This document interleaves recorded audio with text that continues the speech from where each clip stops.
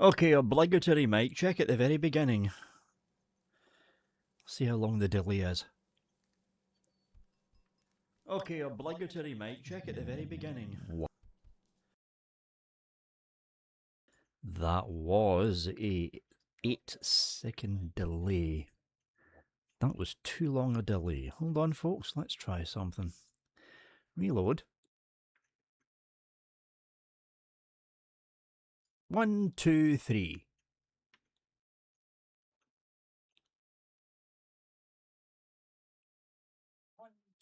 Still an 8-second delay. Yeah, it looks like YouTube's been a tad bit laggy today. Oh well, we'll deal with it. Right, let's get the live chat sorted out. Pop out chat, stick it next to OBS Crash Labs. How are we doing for... Need to minimise you. Drop you down to 360p. Minimise you again. Get rid of you. And nothing happens. What? Okay, why is that image? Oh, there we go. Right. Let's do a quick test of the fly cam. And now the fly cam's not working. Seriously?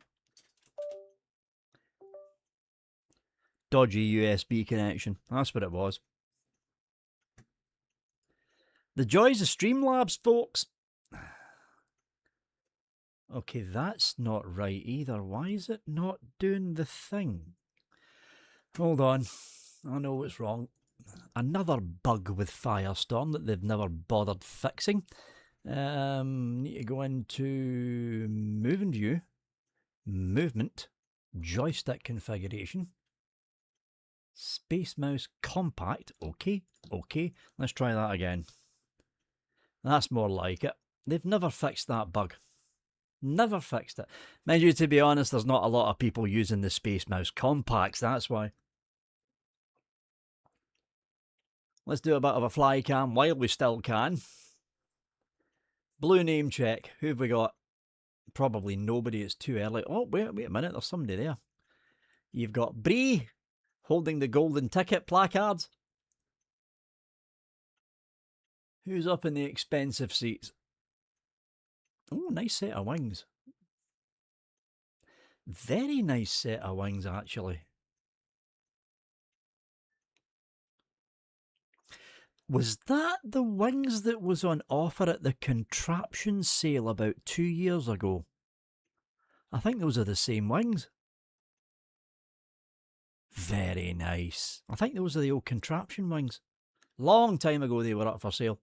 Loads of people grabbed them, apart from me, because I've got no use for wings. Nope. No blue names up on the expensive seats. Errol Flynn's there again.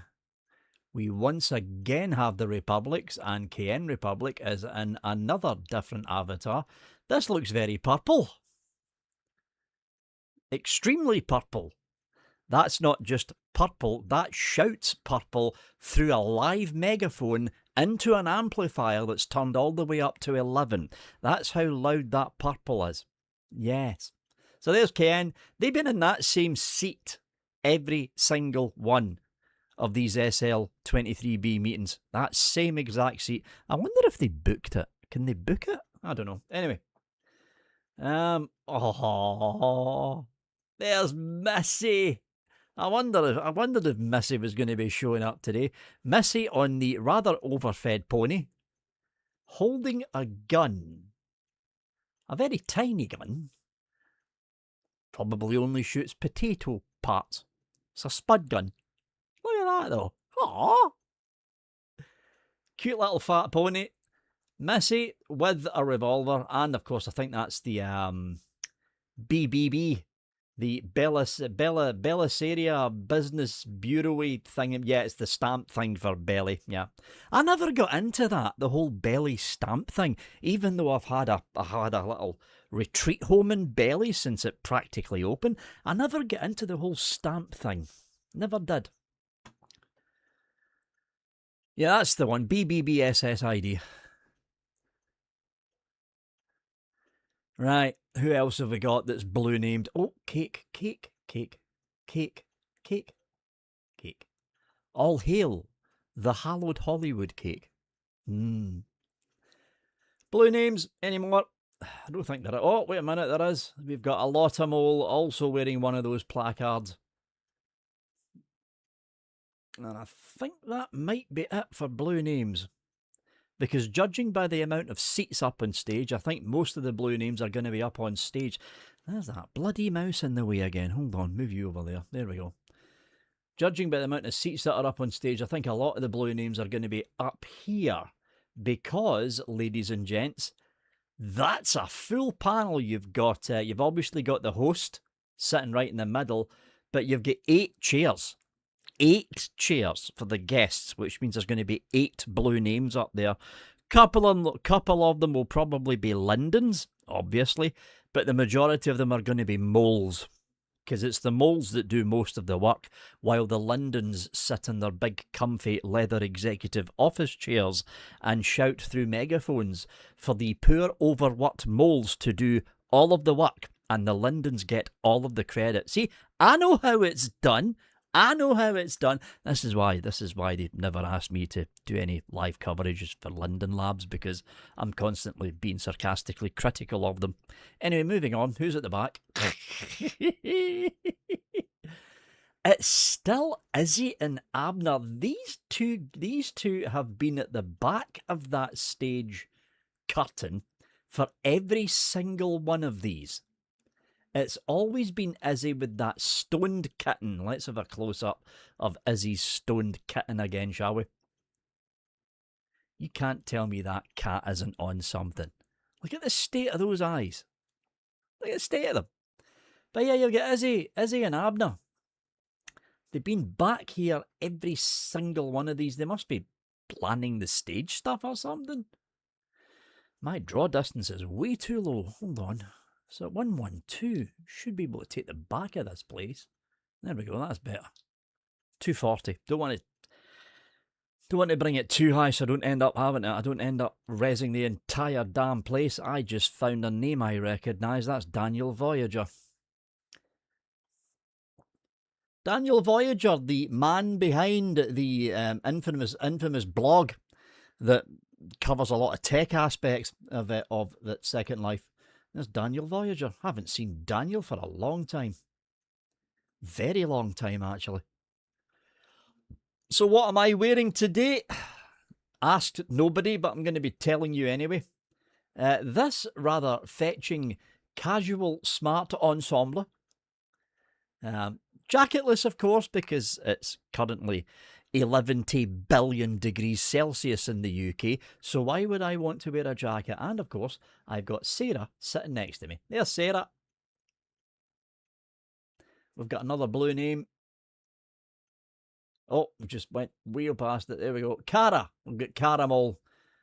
Caramel. That's almost like caramel. Is that a play on words? Caramel was trying to do.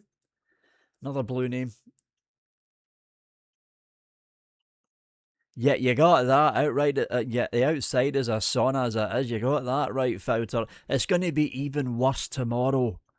Oh my God, the weather report for Thursday. I am going to be melting all the way through it. Here's this thing about Scotland, people. We're all pasty white. And anything above 20 degrees Celsius, we complain because it's too hot. Because it is. Because we're in Scotland. And if you look at the world map, Scotland is on the same line of longitude. Is it latitude or longitude? I think it's latitude. The same line of latitude as central Canada. Everyone thinks, oh, Britain's in a nice, Britain's a little bit further south, like where Spain is or something. No. We're actually quite northern. We're actually very northern, especially Scotland. Same line of latitude as central Canada. So which means the Highlands of Scotland is roughly the same line of latitude as northern Canada. And we all know how cold it gets in northern Canada. It's kind of the same in Scotland.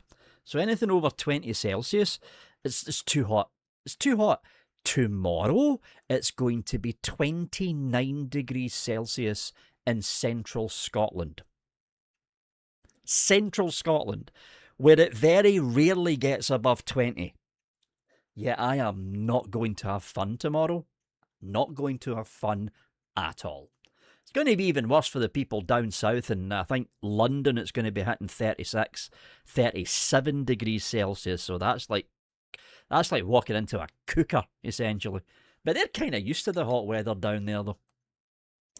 Yeah, 32, see where Sarah is. Who's that? Sarah. It's 90 Fahrenheit. Yep. Oh, somebody's got a sign. I like looking at signs.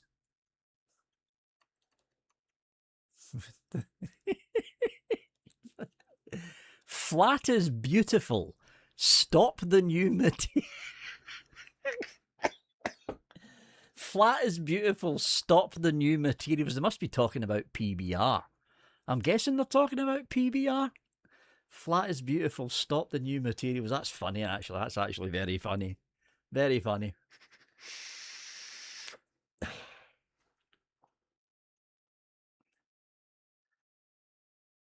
Oh, what's this?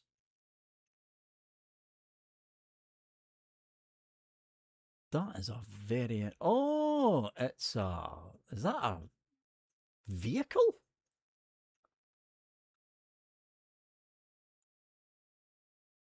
I have no idea what I'm looking at.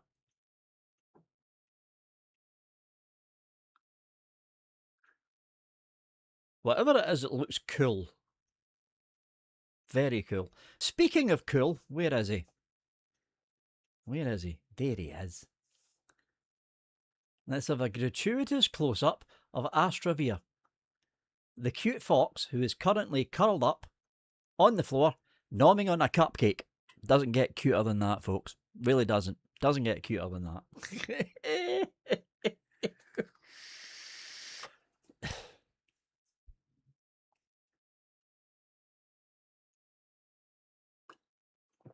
Oh yeah, Finland and Scotland. It's roughly in the same line of latitude. People don't realise how far north the UK actually is, especially Scotland. They don't realise how far north it is. Like, I know the Charlie's Angels. In fact, just a reminder, everyone, I'm going to be at the Funky Monkey stage on Friday the 26th at 6 o'clock in the evening UK time, which is 10 o'clock in the morning Second Life time, doing a 1960s themed set. And the Charlie's Angels, which is Lisa Blackwood, Fenella Bailey, and Leandra Aries, are going to be doing a mini 1960s fashion show up on stage while I'm doing the DJing. Where Lizzie is, she lives up in the Highlands of Scotland, and when it's winter, you know it's winter up there. You know it's winter. Even up where she is, it's breaking 20. It broke through 20 degrees Celsius today for the Highlands of Scotland. Yeah, needless to say, she wasn't in a happy mood either.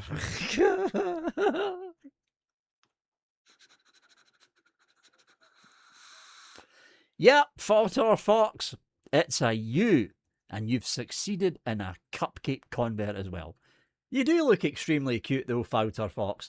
Just sitting there, wrapped up with a little cupcake in your mouth. Yep, very nice. So we've got 16 minutes to go, people. If you don't have a cup of coffee or a cup of tea yet, go and make one. So I've made a bet with myself how many times the engineering team are going to be dodging or swerving round Vulcan-based questions. I've made a bet with myself how many times they're going to completely avoid having to answer the Vulcan question. For the people that don't know what I'm talking about, the OpenGL platform that Second Life has been using since Second Life's inception is dead. When I say dead, I don't mean, well, it's slowly shambling around like a zombie in maintenance mode with developers trying to keep it. No, it's dead. Completely dead. There is no developers developing for the OpenGL platform.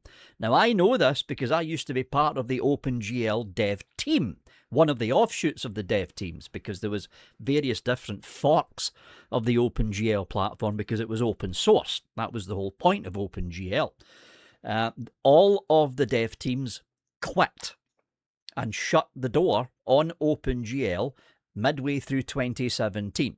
There has been no development, no upgrades, and no overhauls of the OpenGL platform, ladies and gents, for the better part of almost a decade. And Second Life is still using it. Still using it.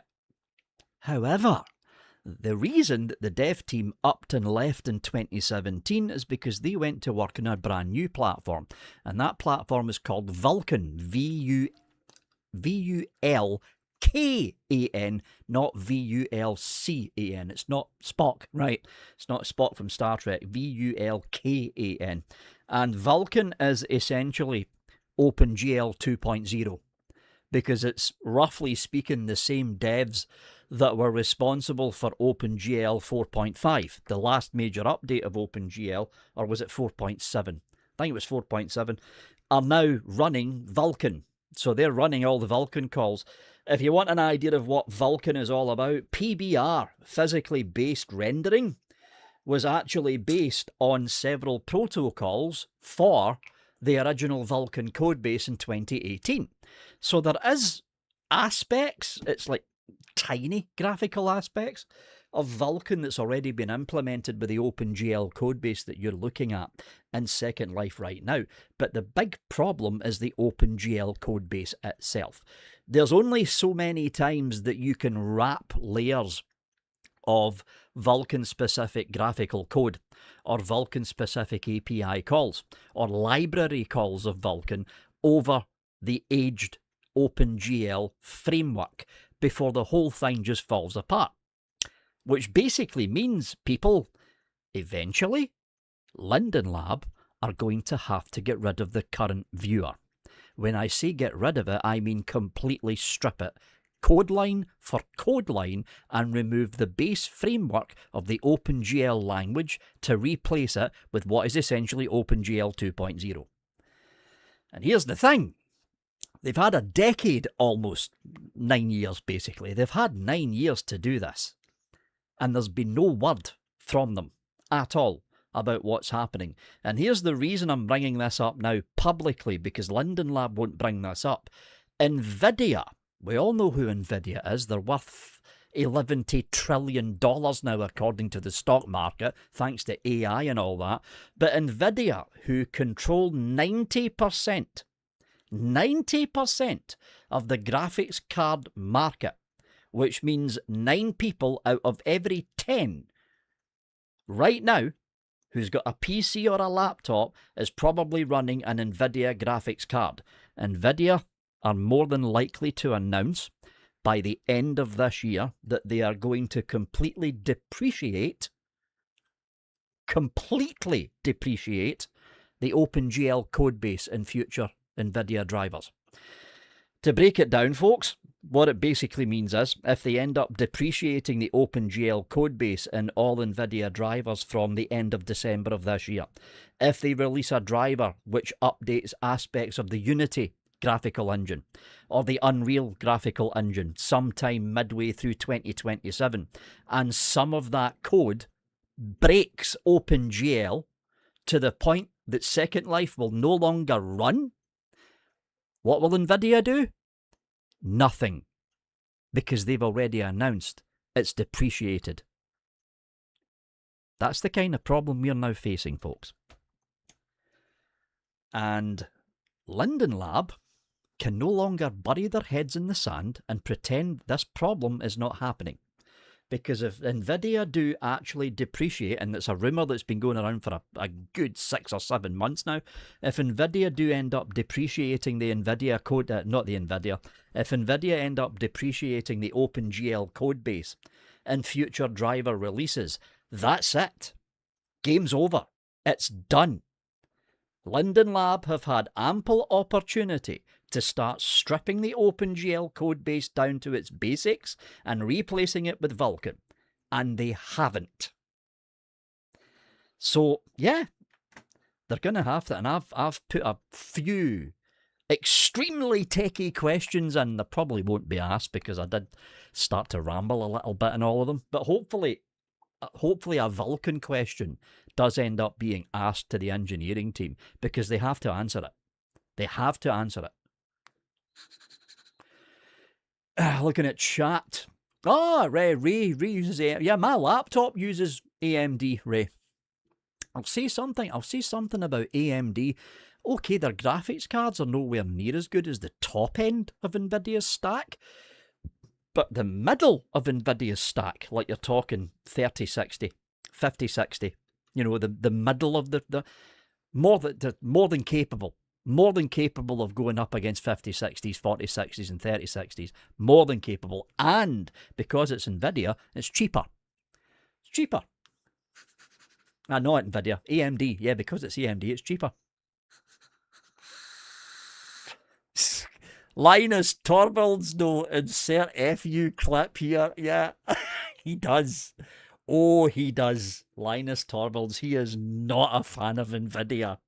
He is really not a fan of NVIDIA. But to be honest, if you're not a shareholder, who really is a fan of NVIDIA these days? Really?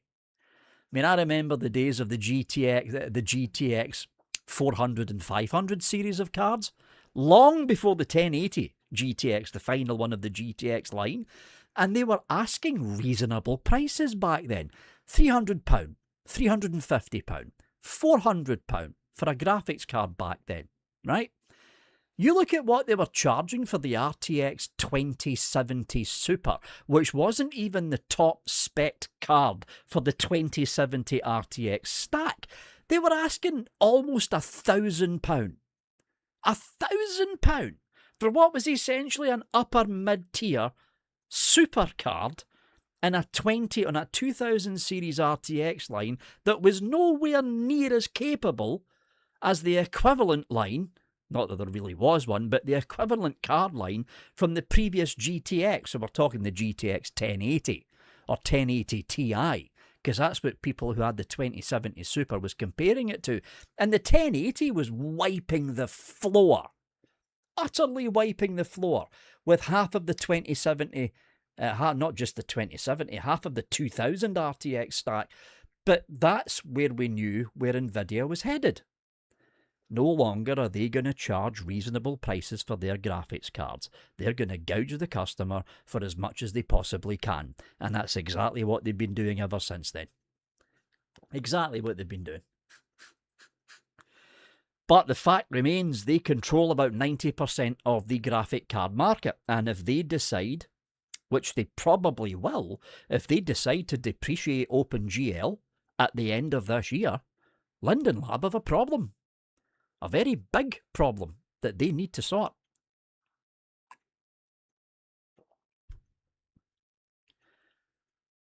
And that, ladies and gents, was my NVIDIA rant.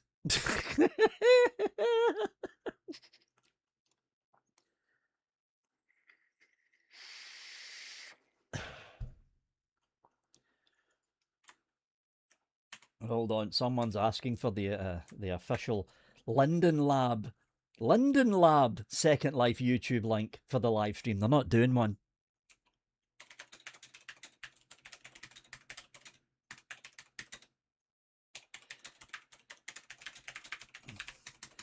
Hold on, need to get the link for my live stream. Copy and then paste. There we go. Right, let's get the camera set up. I think we've stared at Astrovir for enough time now.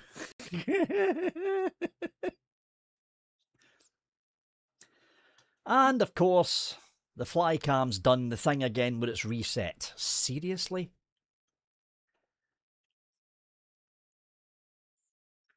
Six minutes until the live show, people. 6 minutes. If you don't have your cup of tea yet, go and get one. One last fly around. To have a look for any new blue names that have popped up, let's have a look at the expensive seats up above. There's my mouse pointer again. I'll move that out of the way. Who have we got? Any blue names up here? Because I know Wendy Linden was hiding away in the expensive seats up top yesterday, but I don't think she's here today. Oh, wait a minute. No, it's Governance. Governance London. One of the Governance. This one's Governance 19. So Governance London's up there. We have got Whitney Houston and Errol Flynn, and we have got KN, who's still up there looking extremely purple. There's KN looking extremely purple. That's more violet than purple, though. Is that more violet than purple? Very, very colourful avatar from KN. We still have Missy with the slightly plump pony.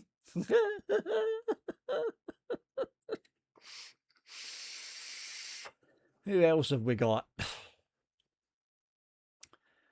Nobody back here. Oh, yes, we do.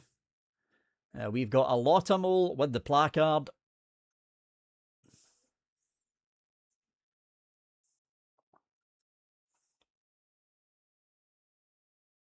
Looking around.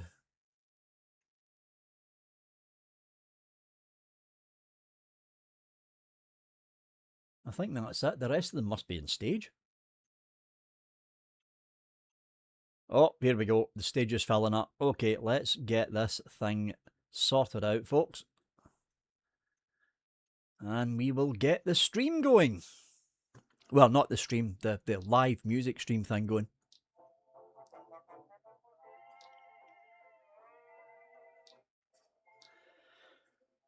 So who do we have? We have got Leviathan London. We have got Radix London. I've never seen Radix before. This is the first time I've seen Radix London. We have got Juniper London. We've got Soft London. That's a lot of Londons. We have got Roxy London. I thought there'd be moles up here. I think it's going to be all Londons. We have got Geens London. That's an odd name. And of course we've got Brett up there as well.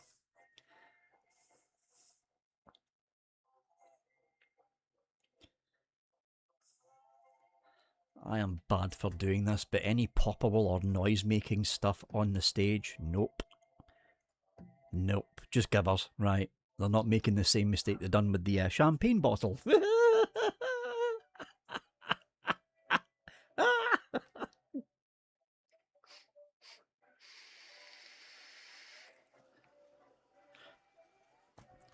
Help if you unmuted the desktop audio, right, that's better. Right, let's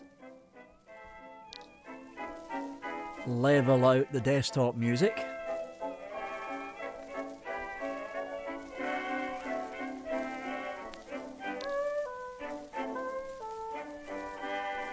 That should do it. Bring you back down. We've got a new London we've got, and in fact, you know what, we'll bring that back up and we'll actually turn the music itself down. We have got Jerome London, who's just popped in. Oh wait, why was I thinking it was going to be moles? This is the engineering. Meet the engineering team. The moles have got nothing to do with the actual viewer code base. It's the Lindens themselves that do that.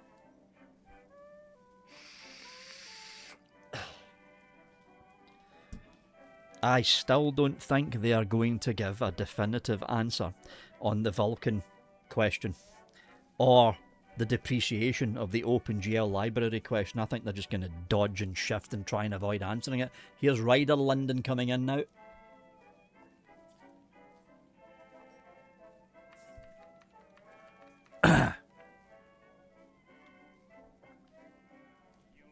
Yeah, I think we might have Fouter Fox. I think we did go a little because although if you go back and watch Meet the Philip Linden, the Philip Linden video, here's pop, pop, pop, pop, pop, pop.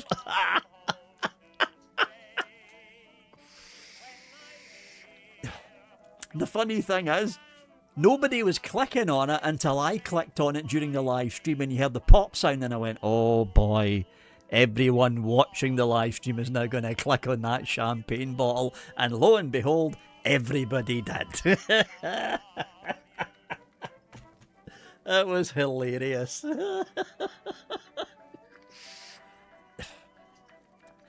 Here's Monty Linden coming in looking very Regency. Very Regency clothing that Monty Linden's using. Why is he going round the back? End session. And you know what I'm going to do? I am going to do this com online status unavailable. That should get rid of all of those pop-up notices I keep getting. I am a member of so many DJ group, folks. That's why there was a whole load of group notices coming up on the right-hand side of the screen yesterday.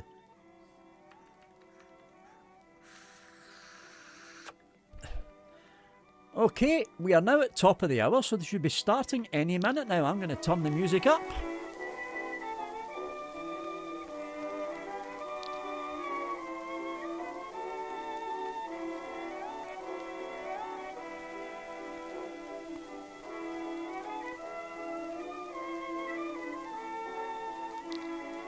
Yeah, meet the marketing and growth teams live. I've got an idea.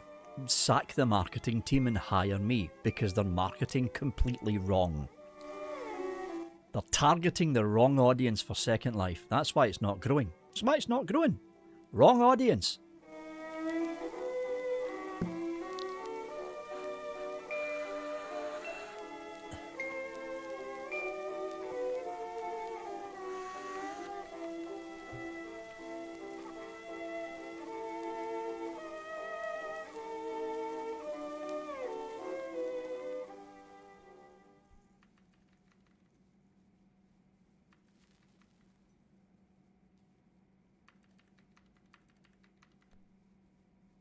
Hello, everybody. Welcome to another Meet the Lindens event at SL23B.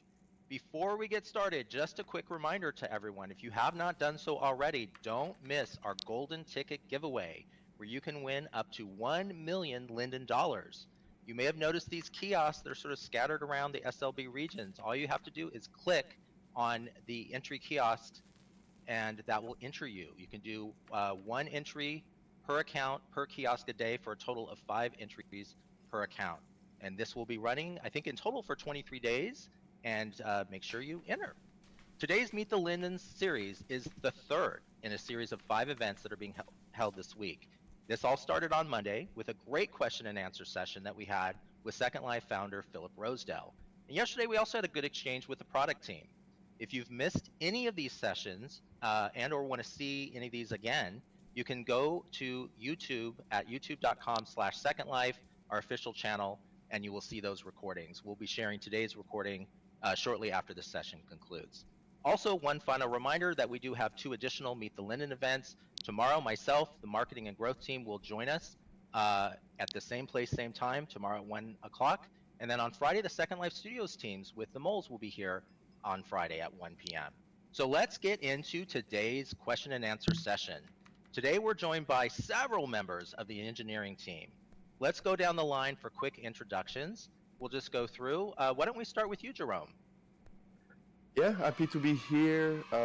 As some of you may know, I joined 4 months ago, so I'm still learning a lot, which is why so many of the engineering team are joining me today to be able to answer all your questions. Thanks for being here, Jerome. Juniper.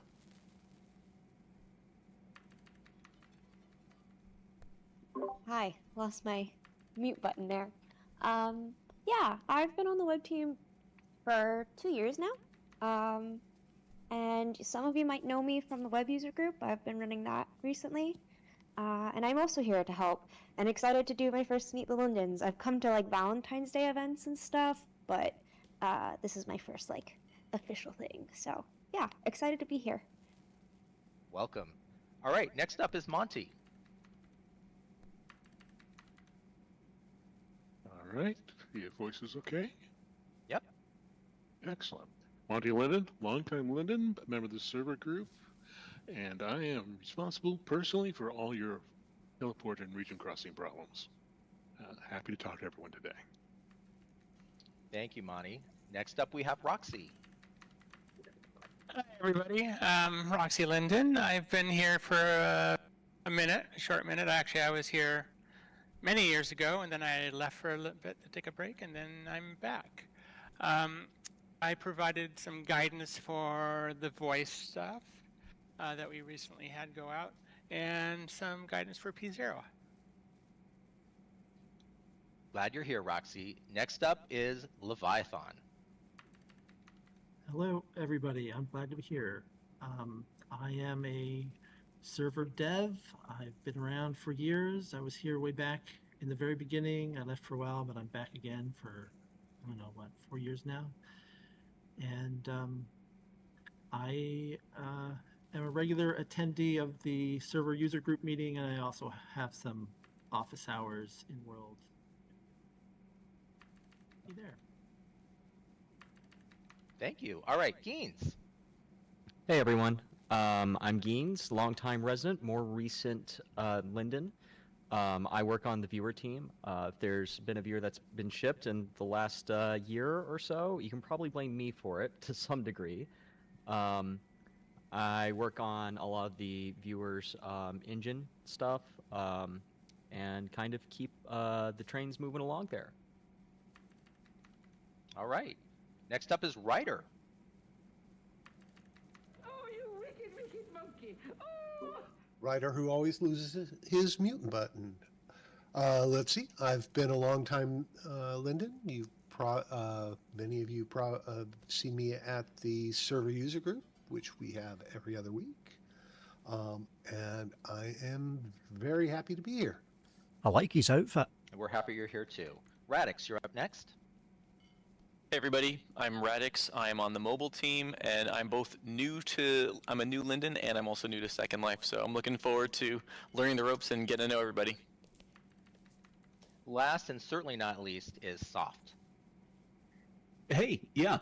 Wow, I've been here for a pretty long time too. Kind of resi pretty much since the start, and then I was lucky enough to join when Second Life went open source. I was working on it outside, then inside, and now things have changed over the years. I'm spending most of my time on security work.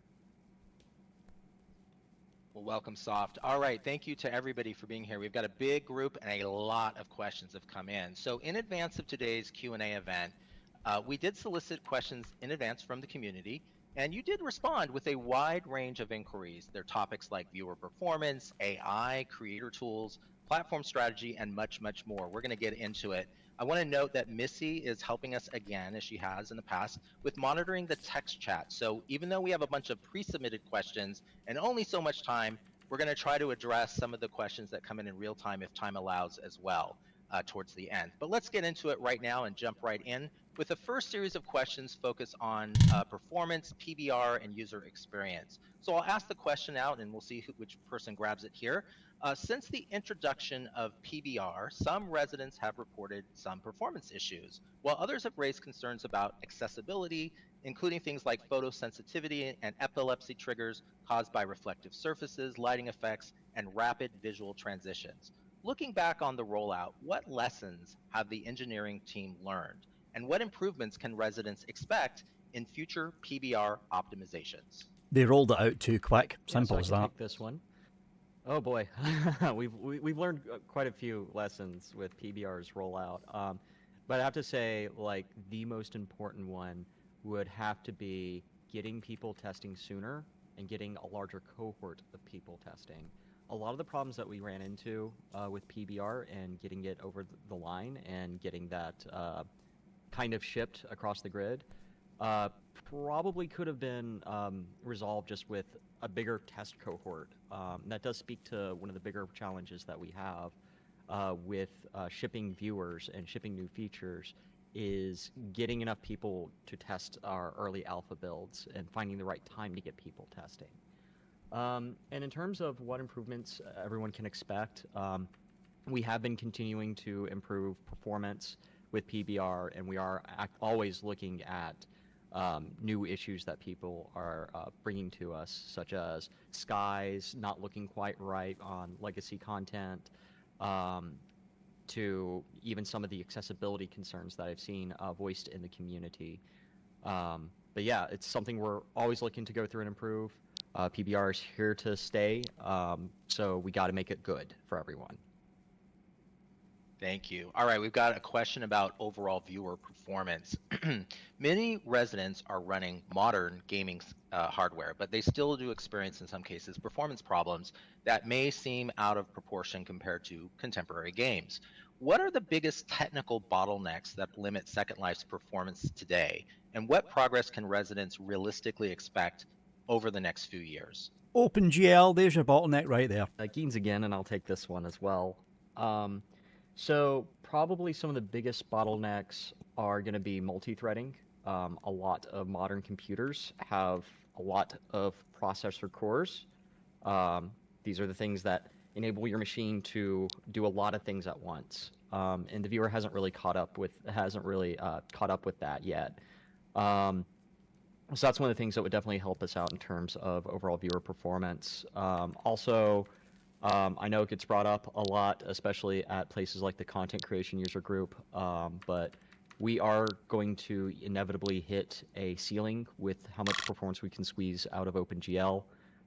So these are things that we talk about internally all the time, trying to figure out how are we going to migrate to something faster and more performant. It gives us much more headroom to make this thing run as fast as we can across a very wide range of machines. All right, thank you, Gaines. There are some questions that have come in about sim crossing and improvements. So basically, collectively, this is the question. Vehicle users, role players, and explorers have long struggled with inconsistent sim crossings, or region crossings, we should say. How difficult is this problem from an engineering standpoint, and are there any meaningful improvements on the horizon? This is Monty Linden. I'll take this. Let's see. On the technical load, I've described this in the past as a bug finding problem. Teleports in region crossings, and to an extent login, touch almost every system in both viewers and in servers. So when you're looking at the process itself, it's something on the order of maybe 100,000 lines of code get involved in the entire process. Now, if you've been with us for a while, you know we have a pretty high bug rate, which means that the process is probably plagued by something on the order of several hundred bugs. Some small, some innocuous, some unreachable, and a few of them extremely significant.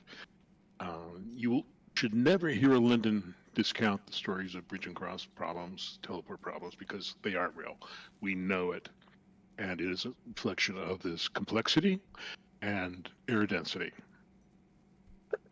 How to alleviate it? We are working on it. We do have significant projects, well, outlines for projects to fix some of the problems. Some exist architecturally. We have protocol definition problems and reliability problems. And you will start seeing this year small incremental changes to fix the big ones, get the reliability better, see a reduction in viewer disconnects, the famous black and white screen, which tells you you've disconnected for unknown reasons. And there is a path forward to start getting these taken care of. You won't find it overnight, and at times you'll also hear us asking for feedback. This is a process that really relies on people reporting specific and interesting problems that they are encountering. Oftentimes we're too close to the servers. We have good networks, and what we really need to see are a bigger spread of the bad experience that people are having. So when you hear us ask for bug reports, we mean it. We really want to hear from you people. But things are coming, and not as fast as everyone wants, but you should start seeing some incremental improvements now. Thank you, Monty. We have a question about WebRTC voice, and a lot of people have been very excited about the rollout of WebRTC, but as always, there also are people sometimes that ask questions about it. So in this case, there's a few people that are saying, hey, I may be having some trouble with this change, maybe more so or less than they've had with Vibox. What have been the biggest challenges with the new voice system? and what improvements are currently being worked on? I think the new voice system is We'll jump in awesome. and take this. I am Roxy Linden, and well, I'm responsible for all this stuff, so you can point your fingers at me. As far as the biggest challenges, we have a few. There are a lot of you with a lot of different audio devices and operating systems and all that, far more than we can test in-house. Some of you actually have some really cool audio equipment, mixer boards and stuff like that. So, you know, some things fell through the cracks, and you know, we want to actually kind of help those of you who have had systems that aren't quite working right. So, be sure to send in your problems into feedback.secondlife.com so we can actually look at those. Another challenge we've had is this voice system. It's big. There's a lot of moving parts. You know, there's many servers, voice servers. There's all the clients, like I just mentioned. There's the simulators. There's a whole bunch of moving parts, and trying to orchestrate all those is a big, complicated task for something the scale of Second Life. So that's made it a very fun and interesting problem to build this voice system. That's why actually we've taken a slow and steady approach to rolling this out. As you may know, we rolled out some beta test regions earlier on, and we've bit by bit made our way towards rolling out to the full grid. Another problem we've had is not really a problem. It's just it takes time to do the work, and it takes time for third-party viewers to pick up the work. So we make a fix to the viewer. It may take a little while, and the third-party viewer people have been great about picking up those changes, but they have to do it on their own schedule as well. So there are some of the other problems, like disconnects when you cross regions sometimes for peer-to-peer. We know about that. A lot of that should be fixed as of yesterday, and that kind of just points to one of the reasons why we went this direction with pulling voice in-house. We can actually fix things as opposed to relying on a third party or whatever to fix them for us. So we can tighten the loop as far as fixing this stuff, and get you going better. And it's still pretty new as far as rolling out, so there are issues. And as I said, let us know about them so we can fix them. Yeah, I hope that answers all of your questions, but feel free to send more. Thank you, Roxy. All right, let's move on to the next question. This is to do with just general technical updates. Residents appreciate ongoing maintenance work, but of course many are curious about the larger engineering initiatives.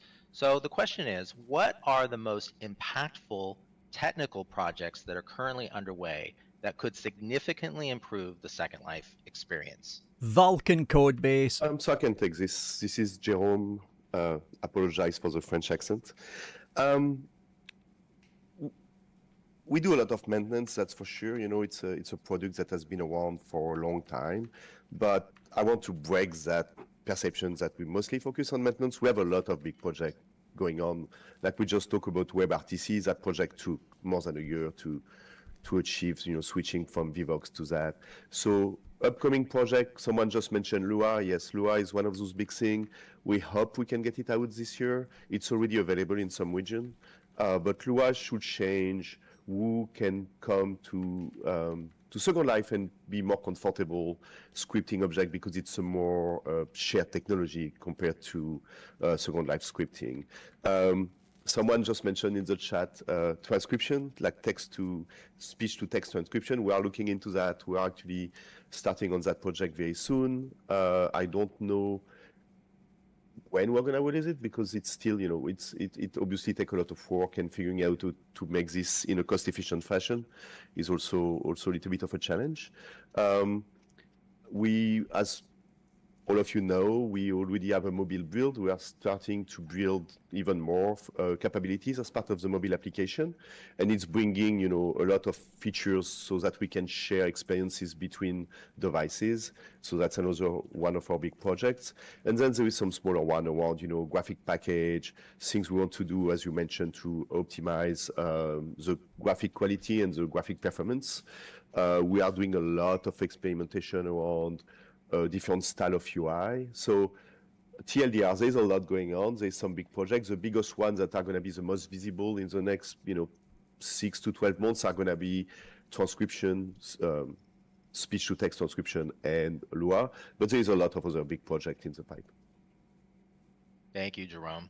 Let's shift topics here to a cluster of questions about modernizing the graphics engine. So there's a lot of questions on this point. So I guess to summarize, one of our residents asks, with PBR increasing the rendering demands and modern technologies like DLSS and FSR becoming increasingly important, is there a long-term plan to move beyond OpenGL towards modern graphics APIs such as Vulkan, DirectX 12, or WebGPU? And if so, what challenges make that transition difficult?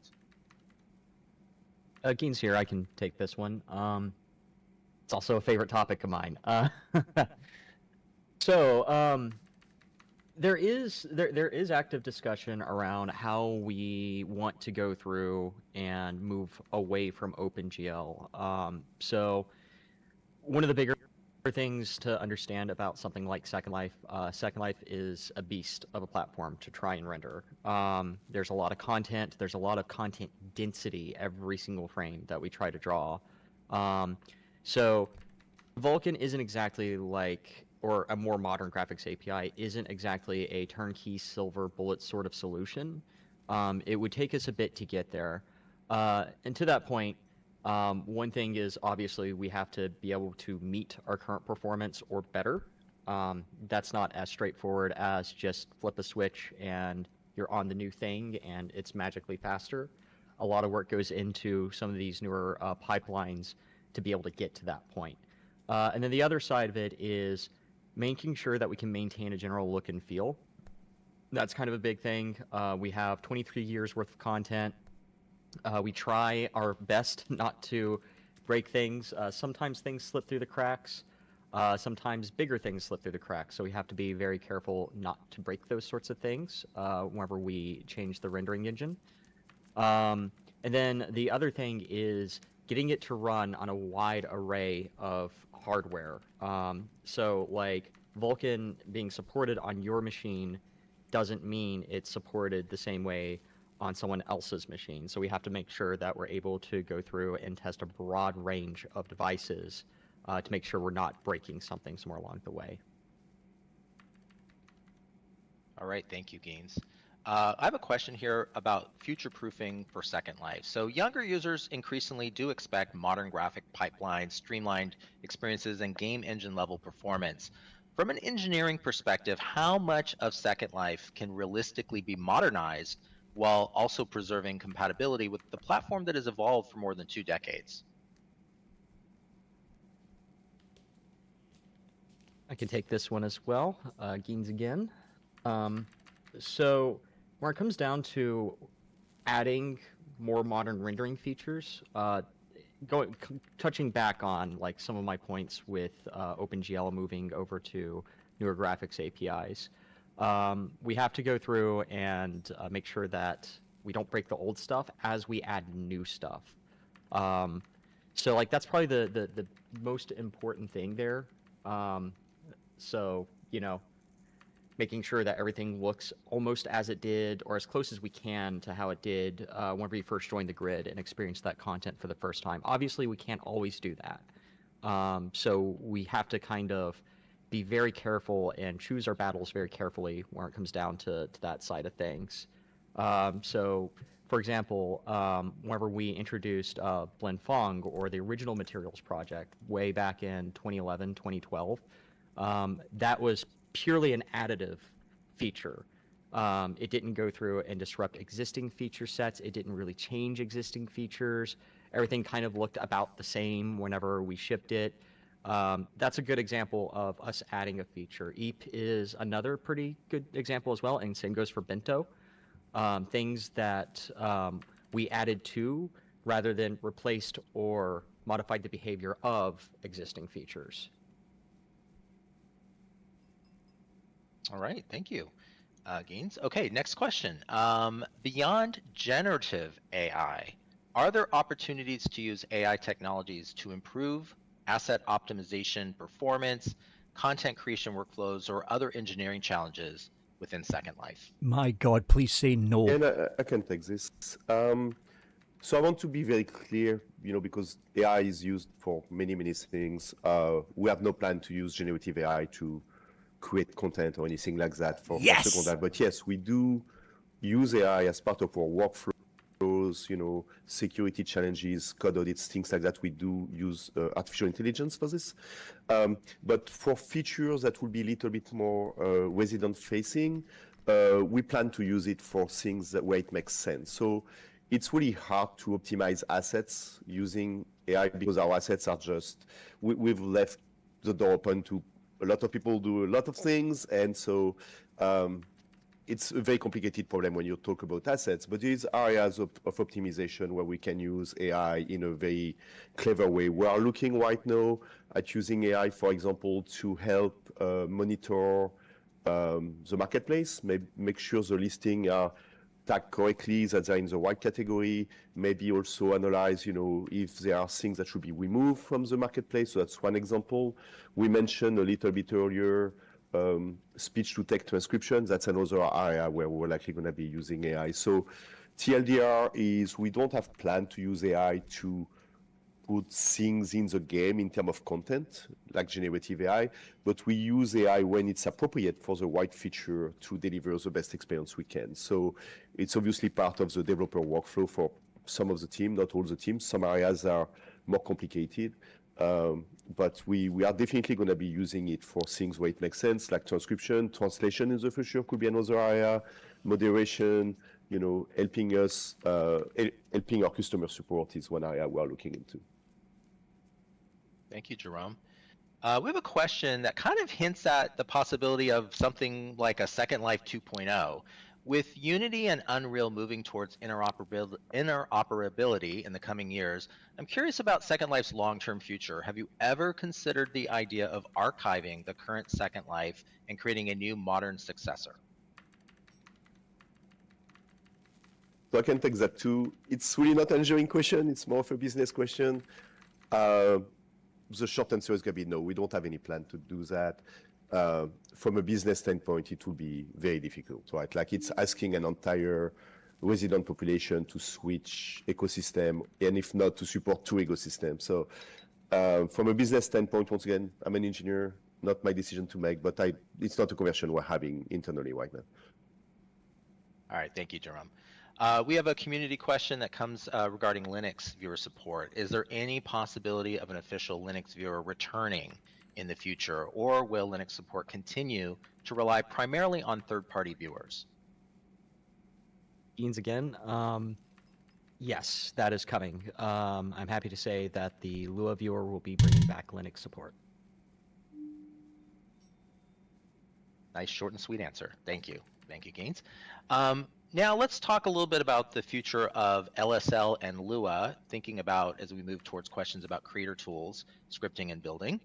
Residents are excited about Lua and the future of scripting. Can you share any updates on the project's status, timeline, and the long-term vision for modernizing scripting within Second Life? Excuse me, I'll jump in on this one. This is Ryder. Let's see.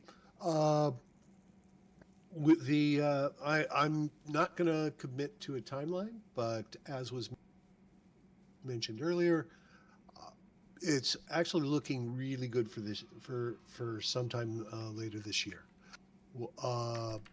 We have, if anyone's interested in keeping a close eye on the Lua timeline and the developments in it, I strongly recommend either attending the server and scripting user groups every other Tuesday, and those are over in Longfellow, or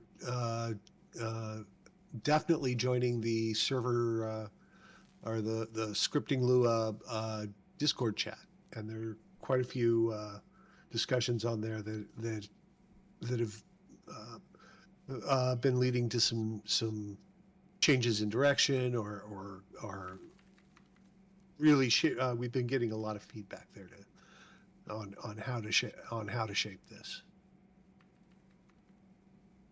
All right, thank you, Ryder. We have another scripting question here. Scripting and user-created content remain central to Second Life's identity. What is that Linden Labs' long-term vision for improving creator tools, documentation, education, and collaboration opportunities for builders and scripters? I can jump in on this one again. Ryder. Let's see. For tools, the Lua editor will have quite a number of, or the Lua viewer will have quite a number of improvements. It has a tighter integration with external editors, making your editing easier. We are launching a create.secondlife.com portal with more information on how to get started in scripting if you're not a scripter, and getting pointers. I mentioned the tighter integration. We already have a Second Life Second Life VS Code plugin, which has some fairly tight integration with Second Life, keeping your function definitions up to date, and some other very cool features that I'm working on now. That I'll pass the mic back. Thank you, Ryder. Before we go to the next question, just a reminder to everybody that we are monitoring the text chat as well. We are currently cycling through the pre-submitted questions, and as time allows, we'll try to tackle as many of the current ones as well. Missy's holding the line here and checking for us what's going on in text. All right, the next question is focusing or shifting the focus to inventory, landmarks, and legacy UI systems. So many of Second Life's core systems, things like inventory management, profiles, landmarks, and content organization, have changed very little over the years. Are there plans to modernize these experiences and make them easier to manage? I can take this. The short answer is going to be, we don't have plans yet, but it's heavily discussed. To be honest, one of our focus at Linden Lab right now is really to make entering Second Life easier and a more pleasant experience. And it's a bit rough for someone that has never used Second Life to come into the ecosystem, depending on the viewers they use and things like that. So there's a lot of those, inventory, a lot of those systems that we want to make more accessible, easier to use, and more modern. So we are talking about it heavily, but right now at this date, there is not like an exact plan in place. But I can tell you that I'm expecting changes and modernization around the system in the next 6 to 24 months, because it's something we want to address to make coming into Second Life a better experience as a new user. Okay, thank you, Jerome. We have a question about modifiable content transparency. Would it be possible to provide clearer information about what parts of a purchased product are actually modifiable so that residents can make more informed purchase decisions before buying?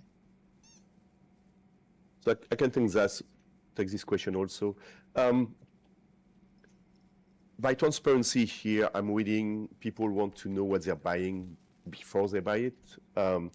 And so in terms of the specific of what can be edited or things like that, we don't really have plan for that, but we have planned to make it easier for people in the marketplace to actually have a better idea of what they're buying before they buy it. So I don't want to go into specific because this is still being discussed with the product team, and I don't want to sign them up for some implementations that may not be correct.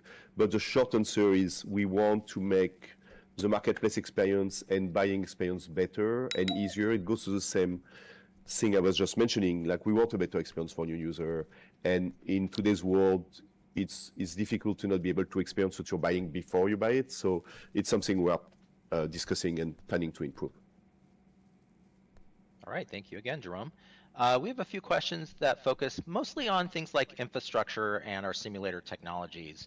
So residents frequently ask, for example, when will they see noticeable reductions in lag? What areas of server infrastructure are currently receiving the most engineering attention?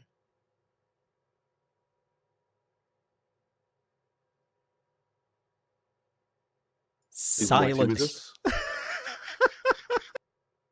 Monty, do you want to take this one?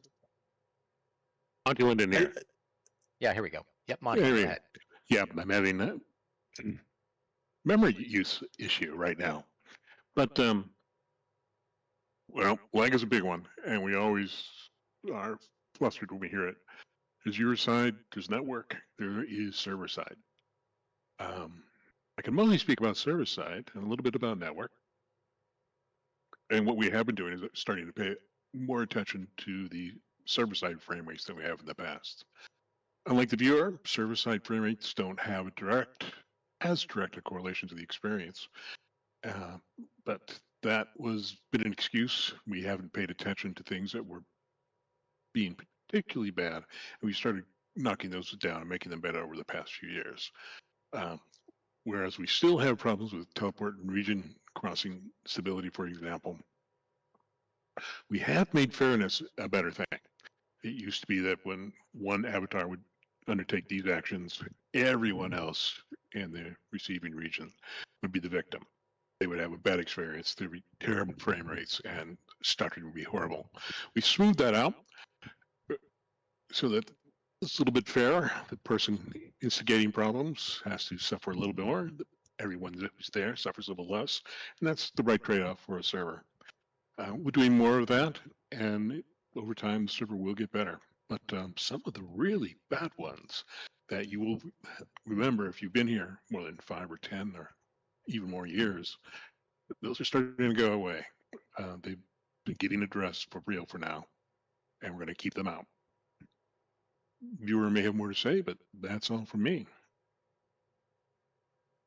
All right, thank you, Monty.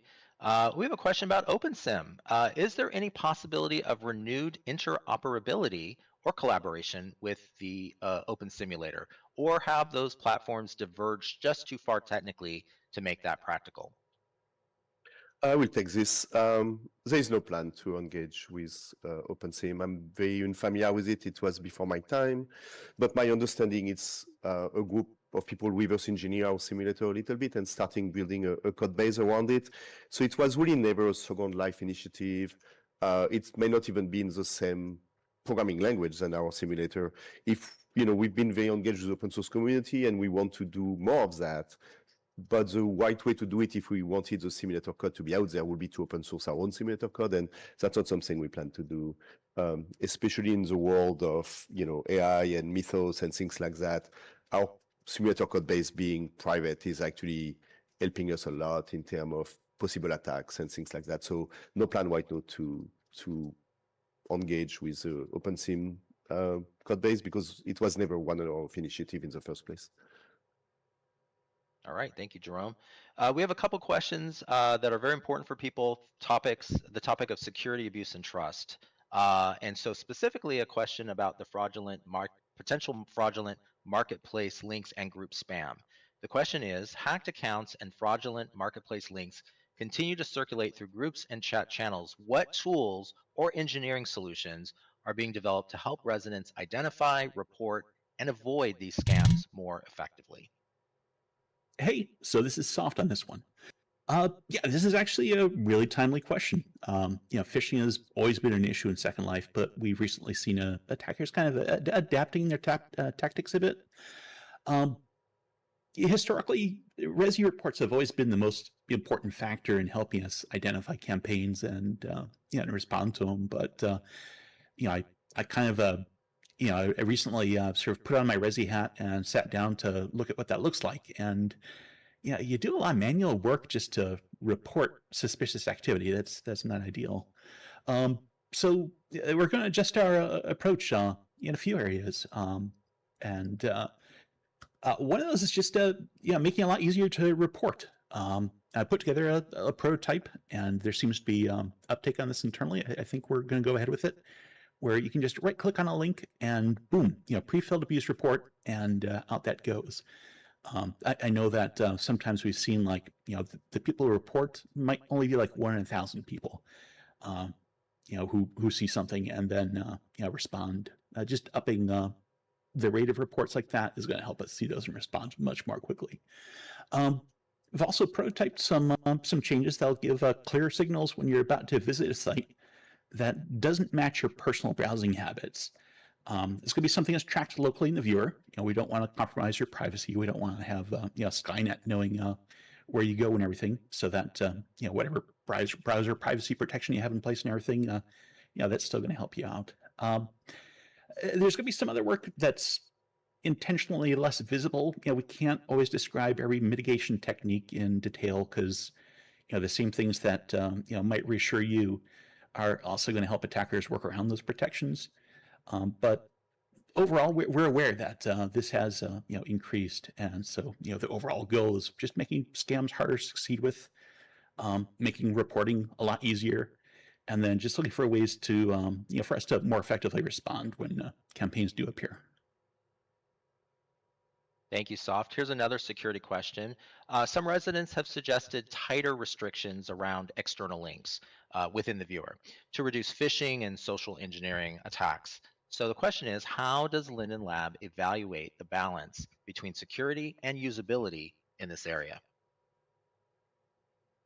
Okay, I kind of just talked about the phishing half of that. So let me talk about just I like this question of how we evaluate the balance between security and security and usability. You said, yeah.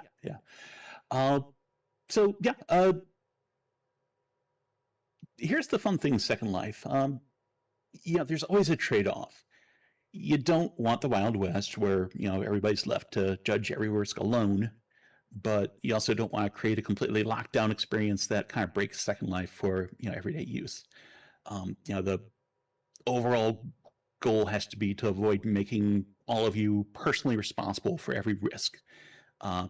It's not always fully possible to take the risk of control away from you, but it's the right place for us to start. So when we evaluate changes around security controls generally, we just kind of start with, is this actually making safer behavior the easier behavior? Are we making attacks less effective?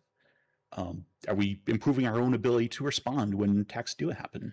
And then again, just are we avoiding changes that make Second Life harder to use in ways that are going to frustrate you and drive you toward unsafe workarounds? That last thing is always the key. Like, you can lock something down like a vault, and then people are just going to drill a hole in the side and use the side door.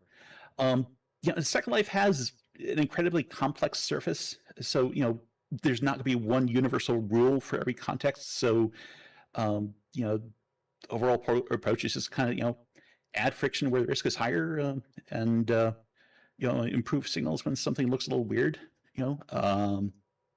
and figure out how we can do more to improve our reporting response, efficiency and speed. So I don't know, is that kind of answer the approach? Yeah, I think that's great. You covered a lot. All right, let's move on. Just looking at time, so I want to make sure we get through the questions and then take a few of the real-time ones that have come in. There's a question here about AI and marketplace. This is an interesting one. One of the biggest concerns we've heard involves AI-generated content and AI-generated product images on the marketplace. Residents say it's becoming increasingly difficult to distinguish authentic products from misleading listings.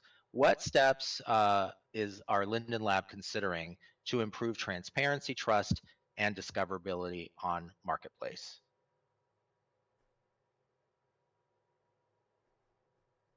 Juniper, do you want to take this? Yeah, I can comment on this. So this is something that we are aware of, and this is a little bit of a product question, so please keep in mind I'm wearing my engineering hat while answering this. This has come up not just in cannies and feedbacks, but also in the web user group where the real question is like, yes, there is kind of AI generated images and things like that, but the question is also like, what is the limit of what we consider AI in terms of assisting things? And if someone has a script or a texture used in their listing, is that AI generated or not? And there's a few things. We're moving slow on this because I think we want to be really thoughtful about any way that we implement this.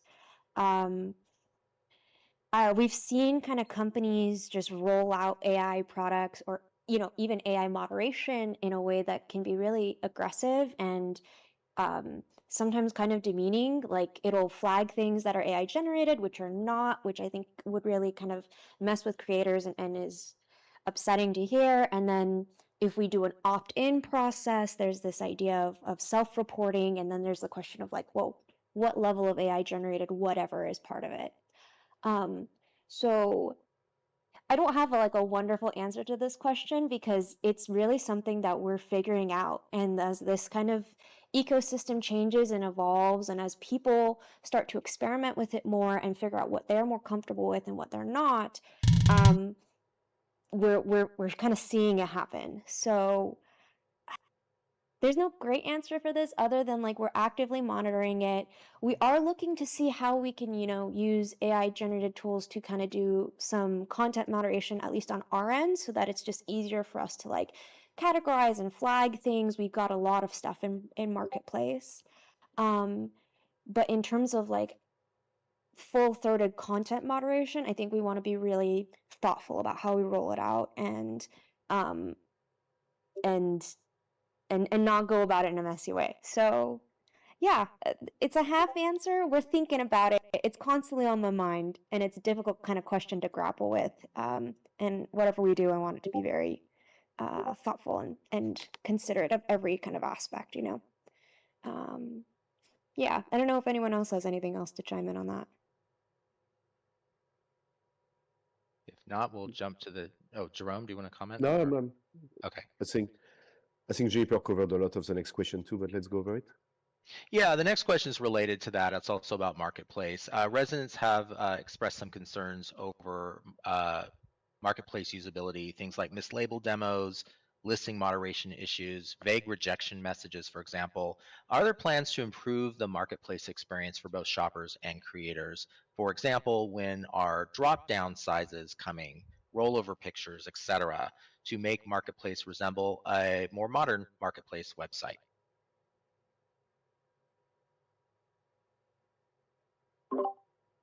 Yeah, I can also chime in on this. We are doing some kind of cleanup work on listings, and we are looking to kind of modernize Marketplace in a way. It's a very, very old application, and so a lot of that work we're kind of doing from the ground up. So we're doing a lot of like internal work to kind of break things down and looking for an idea of like making content moderation easier for our internal tooling, and then from there go out. So yes, we are, and it's planned, and I know it's something Jerome is really interested in working on too. And we're looking to really like revamp the Marketplace as much as we can. And so it's a little bit quiet right now because we're kind of starting the heavy lifting of like the foundation and really trying to clean up that foundation so that we can start kind of addressing the big technical debt that's there. That's kind of like the engineering hat answer to that. Yeah, and I think like as we kind of get better at cleaning out a lot of that old cruft and foundation, we can start working on better like error messaging and more persistence on jobs and retries. I know like there's a lot of cruft in Marketplace. It's my old legacy baby, and I'm working on it. Thank you, Juniper. I love this next question. It's thinking about the future of Second Life. If we were to look ahead 5 years, what do you think will be the most noticeable engineering improvements that residents will experience in Second Life? So I will say that 5 years is a long, long time. So I have a hard time putting my head around 5 years from now, looking at Second Life. So I'm going to answer in the 2-3 year time frame. What we really want to do is make the product easier to access for new. We want to grow the product. That's our goal. We are not, people mention maintenance. We are not in maintenance mode. We are really trying to modernize area of the products that are a little bit cumbersome, and we want the experience of coming into Second Life to be a better experience so that we can grow the resident population. So things around, we mentioned inventory, we mentioned marketplace, we mentioned, avatar, a lot of those things we want to make better. And so that's going to be our focus. So I'm expecting, in the next 2 to 3 years, you're going to see a lot of features. We've named a few, Lua, we name transcription, speech to text transcription, making it easier for people to access. But I would expect to modernize a lot of the stack, basically.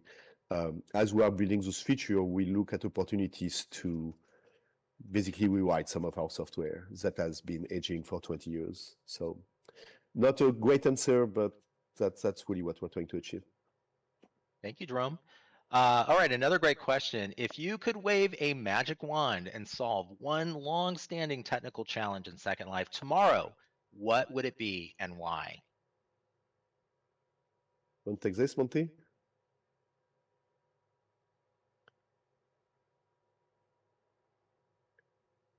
Let's see. I don't know that I have a good answer for that. I mean, we mentioned.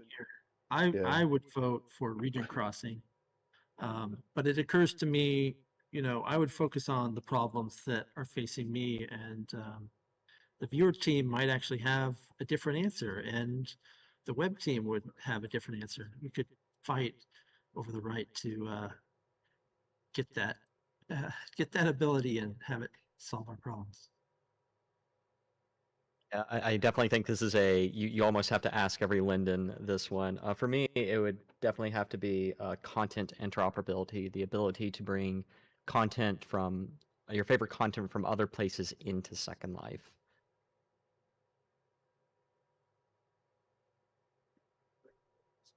Oh, I'll jump in. Oops. No, please go ahead. I was going to. Yeah, I'll jump in. I like communication stuff, and so we've already mentioned transcription, but and translation was mentioned as well. Those are two really cool things. And there's also text to speech, which would be really cool. So the ability for people with various languages and various needs as far as communication to talk to one another is going to be really cool. All right, next. I'll jump in as well. My top of the list was teleport, but that's already been taken. And it's a fairly long list. I would love to see more improvements to the scripting system, but I think we're well on our way with Lua. So pass the talking stick. Gosh, this is soft.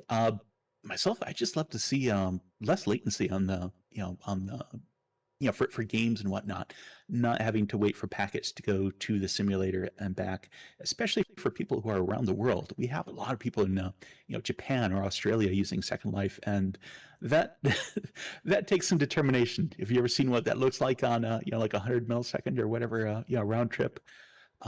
If we could push more of the control and everything out to the endpoint, I think that'd be amazing. Great. Anyone else before we move on? I guess I'll go one quick one. This is Monty Linden. I was actually on the Sandstorm team between a previous stint working on SL. And one of the things that they had none of was collaborative building. And that was one of the things that was distinct and unique about Second Life. Some of what we've done recently has actually diminished that. mesh is building with mesh is not necessarily a collaborative activity.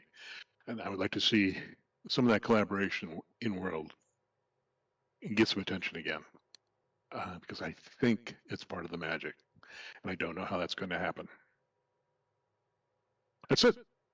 Wonderful. All right, last call for anyone else that wants to weigh in. Otherwise, we'll move on. Going once, going twice. All right. Good. Some interesting responses there. All right, so we've now caught up with the previously submitted questions, and now we're going to, with Missy's help, Go on, the ask ones mine. that have been Ask coming in mine. chat. Thank you again, Missy, for your help with that. Now, I want to note that some of the questions that we're looking at are ones that have already been addressed, so we're going to skip through and not answer every single one, also for time purposes, but we'll go through and just pick out some that are either elaborating deeper on topics or areas that have not been focused yet. There was conversation a little bit earlier about Vulkan, but I will just give an opportunity to bring that back up. Sarah asked, can you please ask the team if there are any active plans to migrate Second Life off of OpenGL to Vulkan? Gaines, I think you kind of addressed that earlier. Is there anything you want to add to that? Yes, of course. Gaines here. So the short answer is plans are starting to brew. We do talk about it a good bit. We're very well aware of where the industry is going when it comes down to broader OpenGL support. And additionally, with the current version of OpenGL that we're locked in at, we don't have really a ton of performance headroom left that we can really squeeze out of it. So we know it has to happen. We are making some steps, some early preliminary steps to make that easier for us. And I encourage people to show up to the open source user group this Friday at 1 p.m. SLT over in Hippotropolis, if they'd like to talk more about it. Thank you very much. All right, quick question. Is there any lookout on, as Second Life has high memory leak goes, I'm just reading this verbatim, is there any work on a fix for memory leaks inside Second Life? It's basically the question. I'll take that one as well. Gaines again. So we are working to reduce the overall amount of memory that the viewer takes. A lot of it is just the volume of content that we have to process in real time. So we are looking at it. We are working on some ways to kind of reduce that memory footprint. It's a very difficult problem, but we're always chipping away at it. All right, next question, rapid fire here.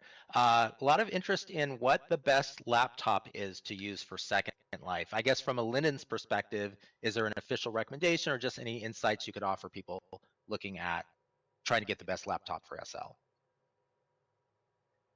I guess I'll take this one as well because I get to stare at the stats for the hardware stats for a lot of these things. Gaines here, lots of VRAM will help you. Lots of memory generally will help you out a lot. And you want a pretty powerful CPU. Second Life doesn't necessarily eat a ton of your GPU, but it will eat a lot of RAM, and it does need a good CPU. All right, another question. Talking about rolling restarts on mainland. Let's see, what is this question? I'm going to read it verbatim. Maybe somebody can help me understand this. How come that after rolling restarts on the mainland, items go to Valhalla and cannot be retrieved? Does that make sense? Maybe somebody can help with that. Sounds like with rolling restarts that something's happening where, if not, we can skip that one or come back in text chat. Leviathan here. I can talk to it a little bit. Thank you. There were some known ways where when the region goes down, it would fail to save its sim state. It crashed during the saving of sim state, or the sim state would fail to upload. I'm guessing this is the majority of the cases of lost content, and there was some fixes in there in the latest server release, Loganberry, so hopefully we'll see some changes there. All right, thank you for that. Could someone talk about our plans and progress of allowing game controllers to be used for Second Life? This is Leviathan. I'll talk to that one again. We are working on game controller support in the viewer. We have a game control project that was started a couple years ago. Its main motivation was to expose game control input to scripts in World, but the effort right now is to focus on just making the viewer work with a game controller so that you can move around and you can configure your game controllers to do what you want. And that is a work in progress. All right, next question. Is PBR BOM, I guess Bakes on Mesh, going to come soon? Here, I can take this one. So the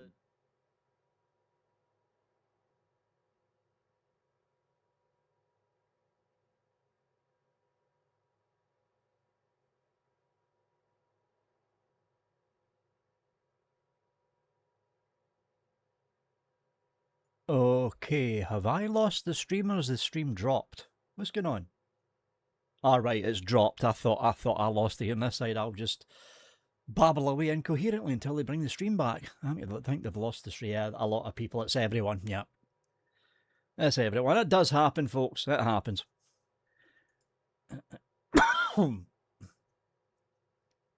Yeah, everyone's like, where's the stream gone? Brett is probably sitting there at Linden Labs offices right now, pulling what's remaining of his hair out.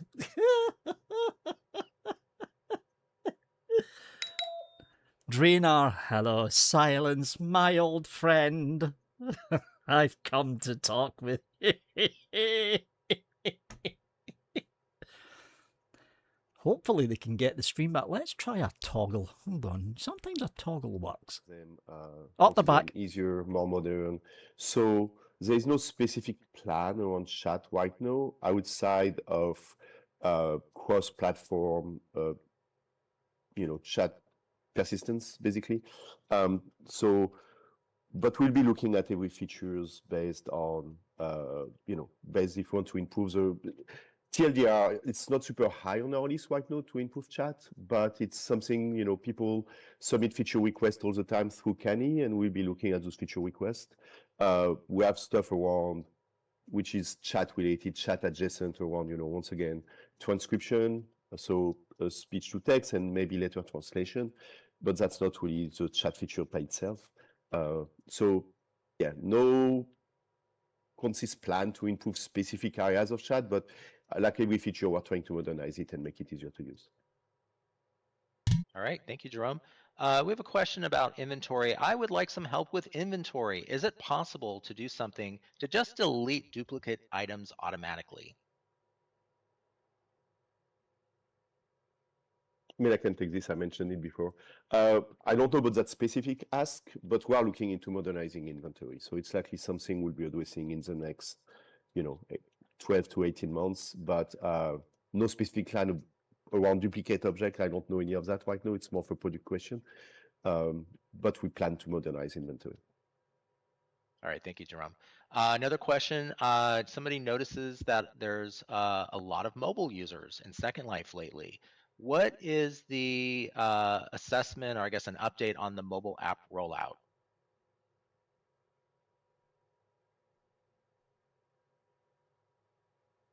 Come on, Alex.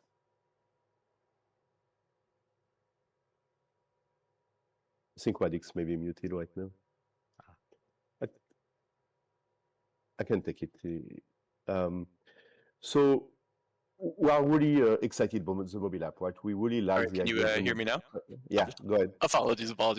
Yeah, so we are, sorry. So yeah, as I answered in the chat earlier, mobile is still considered beta. It's definitely a work in progress, but we have a lot of changes coming down the pipe still, and things are going to change in significant ways. But no specific promises. There's more to come though. All right, appreciate that. We're going to go fairly quickly here, just out of respect for everybody's time, but we do have a few more questions to wrap things up. I have a question about the alpha glitch when multiple objects with alpha textures on them are on screen and behind and in front of each other. Is there any attempt still being made to permanently fix this?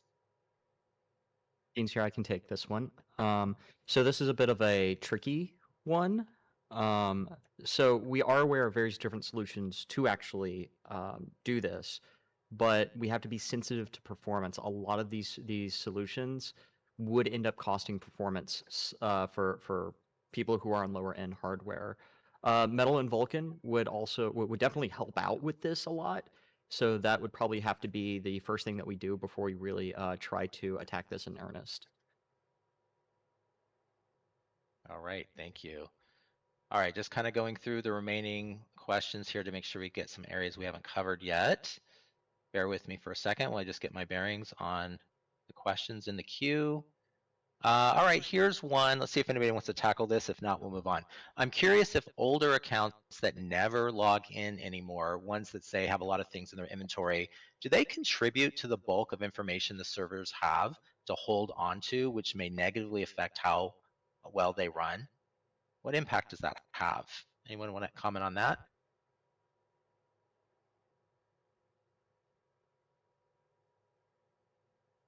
I can. I will. I mean, I don't think the impact is major, right? We are talking of this. So obviously, if you visit a home or something, someone that doesn't exist anymore will have to. But the impact is minimal, so it's not a main contributor to performance issues. Great, thank you.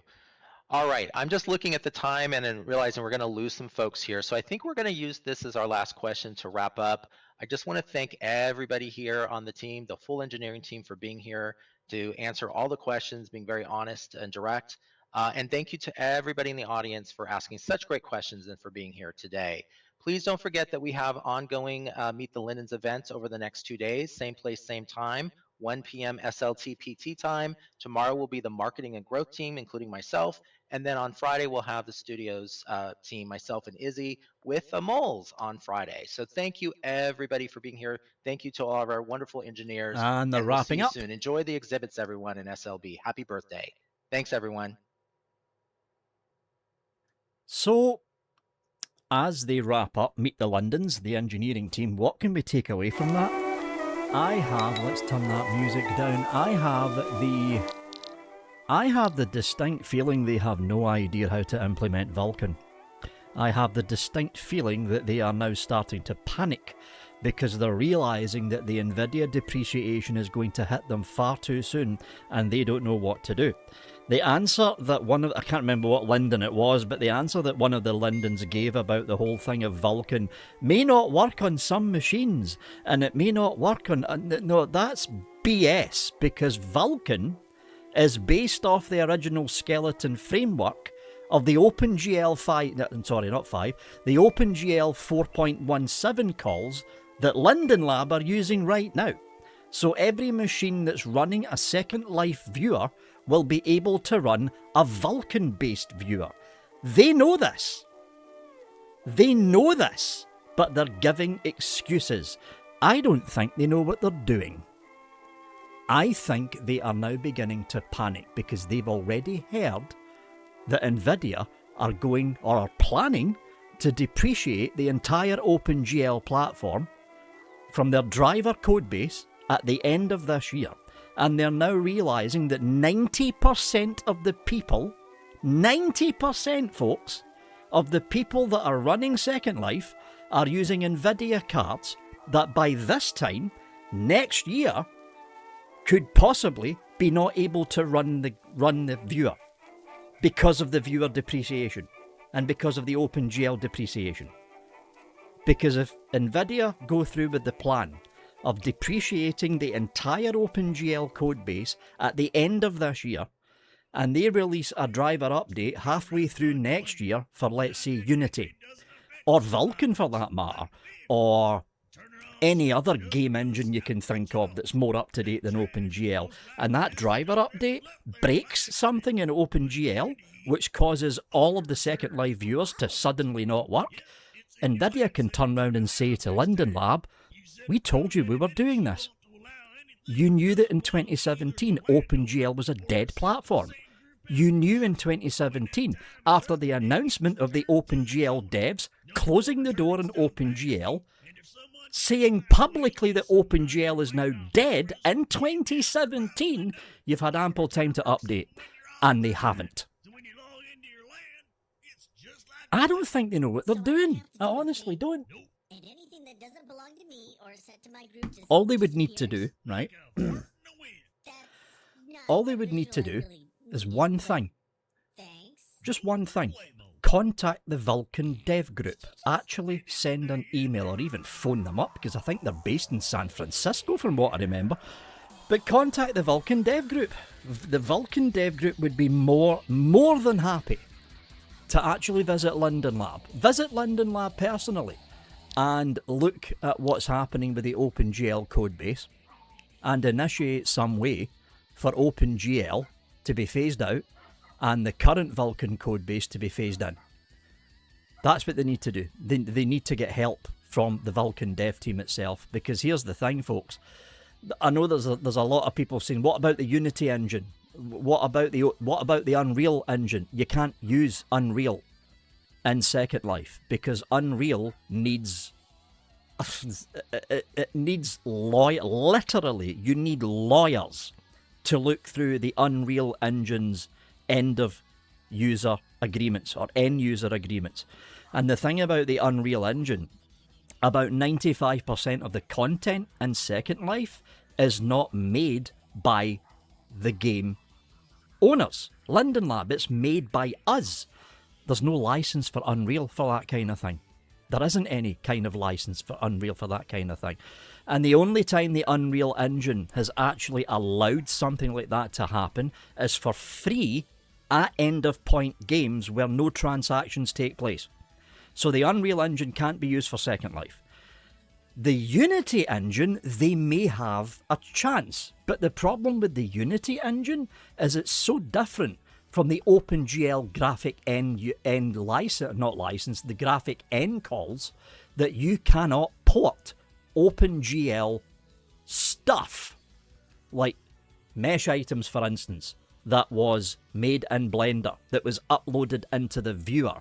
And the Second Life viewer, whether it be Firestorm, whether it be Cool VL, whether it be the vanilla viewer from Linden Lab itself, if you were to upload something via the viewer, which everyone does for mesh, right? And you get that mesh object, let's say it's a chair, right? You've got a chair that was uploaded via the Second Life viewer. Those mesh calls and the mesh rendering pipeline, when the mesh was being uploaded, was wrapped around what was essentially the 4.17 update for OpenGL. You take that same object and you transplant it into Unity, you've got a 50% chance of it working. You've got a 50% chance of it actually displaying the way it should. So the only option that Linden Lab have actually got is Vulkan. It's the only option. They can either do it as an API wrapper around the code base, the skeleton of what's left of OpenGL, which would open up so many security problems, or they can simply strip out what's left of the OpenGL code base and transplant it with Vulkan code. Either way, they're going to have to do it. They're going to have to do it. I'm talking about this from the perspective of somebody that used to be on the OpenGL dev team from 2010 to 2016. I left a year before they shut the doors.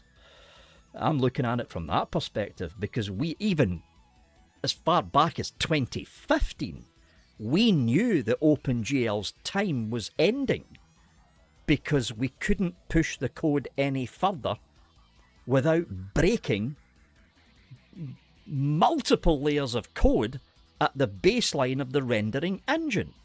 OpenGL was built as open source. As everyone knows, OpenGL is open source. But the problem with OpenGL was there was so many changes and iterations made from OpenGL 1.5 going all the way through OpenGL 2, OpenGL 3, and then ending with OpenGL 4.17, which was the last major update, that any changes that needed to be made, like for instance the Z alpha clipping, the alpha clipping problem that you're seeing in Second Life right now, you can't fix it with OpenGL. Period.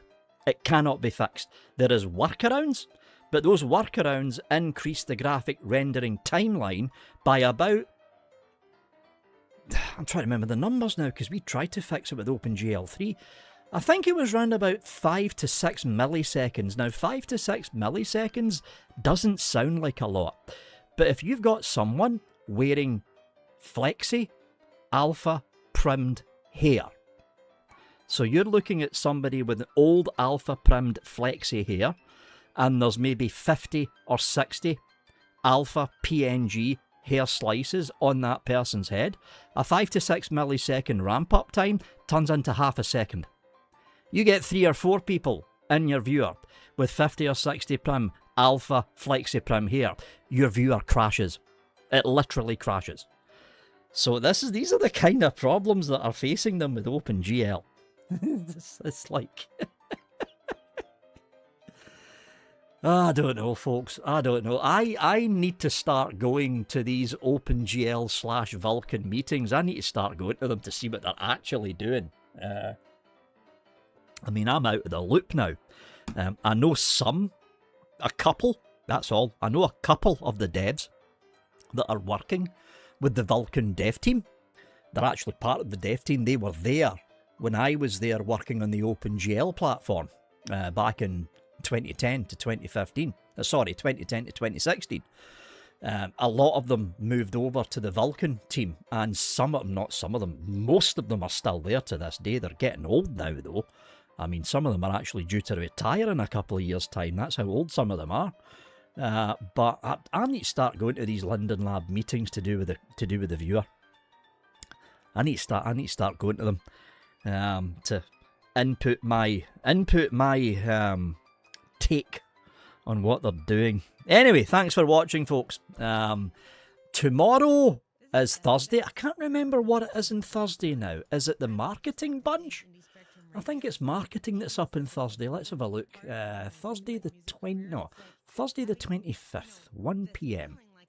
Meet the Lindens. Yeah, it's marketing and growth. So tomorrow at 1 p.m, marketing and growth. And don't forget, folks, on the Funky Monkey stage, Friday at 10 in the morning, Second Life time, which is 6 in the evening, UK time, I'll be on stage DJing a 1960s themed set with the Charlie's Angels, Leah, Fenny and Lizzie, and they'll be doing a 1960s fashion show as well. So yeah, that's going to be fun. Thanks for watching, folks. I'll see you all back here at 1 p.m. Tomorrow for the marketing people. Yes.